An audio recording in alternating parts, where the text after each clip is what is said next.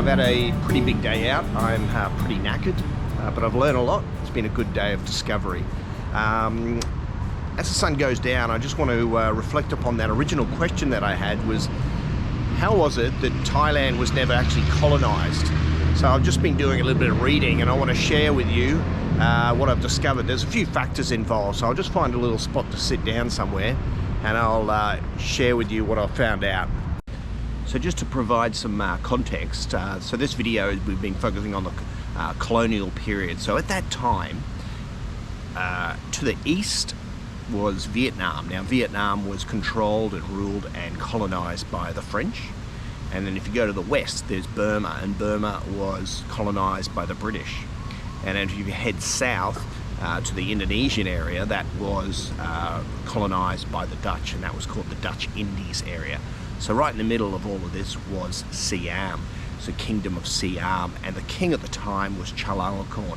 He's King Rama number 5, and he was a very important figure and contributed a lot to why Thailand was never actually colonized.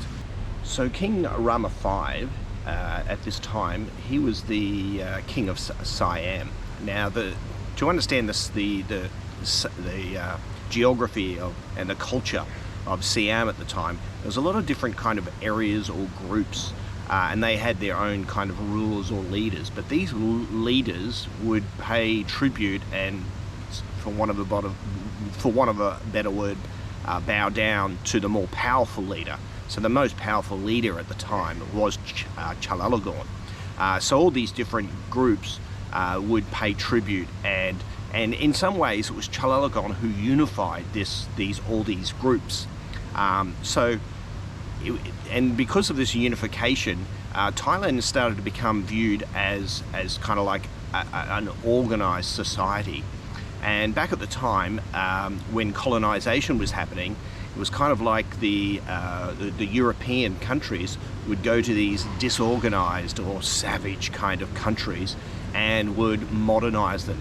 But there wasn't quite that need to do this in Thailand. So this is kind of one of the contributing factors as to why Thailand was never colonized. It was kind of organized. It was getting organized. And King Chulalongkorn, he actually studied a fair bit of European methods and ways. And he was instrumental in not only unifying the people, but also modernizing society, and even changing things like what the people wore. He made them look more modern, they were more organized, and there was kind of like they also formed an army. And there was also another contributing factor, that was when it was actually World War I, when World War I broke out, Siam was organized enough that they could actually send some troops. So this also put Siam on the world stage. So Siam was sending troops to the World War, and it gained a lot of recognition with the other countries as well, that it had something to contribute to the world, and it didn't really need the colonization.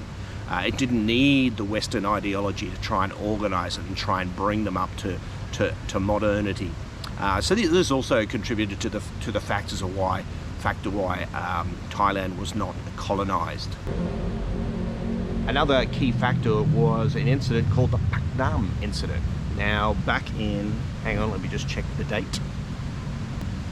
1893, the Pak Nam Incident.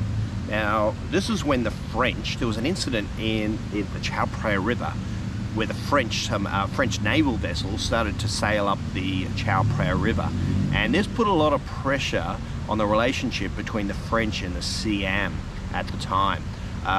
Now what happened, what was most significant about this was actually in the aftermath, because what happened is, because there was some altercation, it was actually resolved quite peacefully.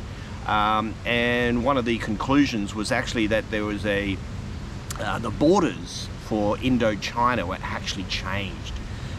So where Laos and Cambodia used to be part of Siam, one of the negotiations following or through this Pak Nam incident was that the Indochina border changed to where the Mekong River is.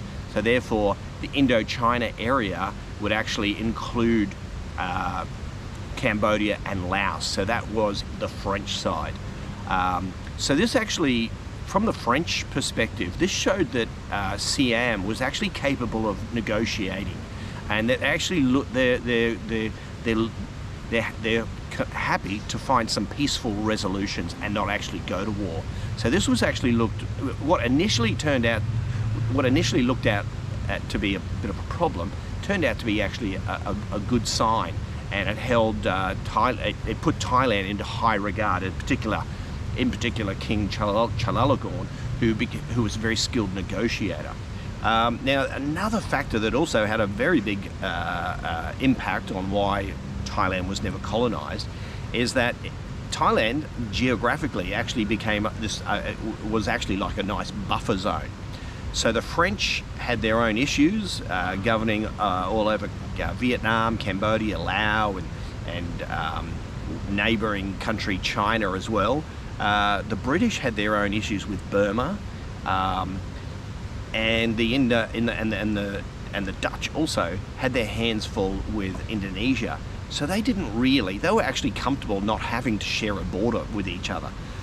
So this buffer zone actually gave them a little bit more freedom to focus their efforts on other problems.